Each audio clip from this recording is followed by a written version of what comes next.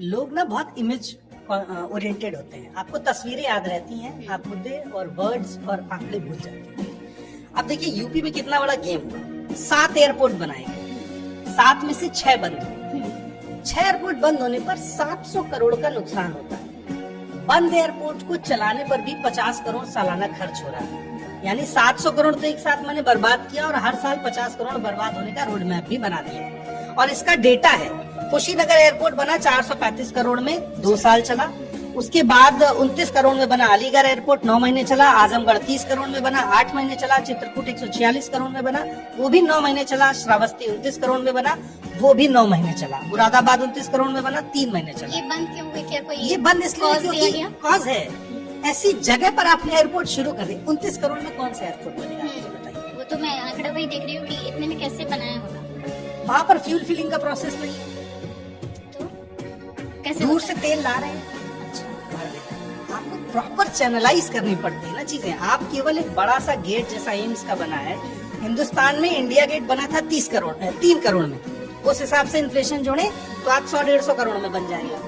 और एम्स का गेट बनाया दरभंगा वाले का 1100 समथिंग, यानी 1200 करोड़ में। सिर्फ गेट उसकी जरूरत क्या है? और 200 करोड़ रुपए तो उसकी मिट्टी निहास में लग गया है। अब सोचिए 200 करोड़ में बेस बनाया है, मिट्टी की कॉस्ट है 200 करोड़। तो वो गेट ना बनाते, उसमें इंफ्रास्ट्रक्चर और कुछ अच्छी मशीनें ले आते विदेश मुझे से। लगता है कि वो 8वां-9वां अजूबा बनाने का प्रयास है इस देश में। लगी रहा सुन के। और 10 साल से वो ऑनगोइंग प्रोजेक्ट है, अपनी डेडलाइन पार कर चुका है।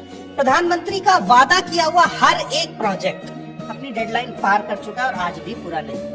कोई मुझसे बहस करता है तो मैं उससे यही सवाल पूछता हूँ कि मुझे इस बात से फर्क नहीं पड़ता कि कांग्रेस क्या कर रही है। कांग्रेस बुरी थी इसलिए नहीं, आप अच्छे हैं, रिपोर्ट कार्ड लाए। आपने कहा था 2 करोड़ रोजगार देंगे, आप दे पाए? नहीं दे पाए। आपने कहा था बुलेट ट्रेन आएगी, आप दे पाए? नहीं दे पाए। आपने कहा था 100 स्मार्ट सिटी बनाएंगे, आप खुद भी स्मार्ट नहीं बन पा रहे हो।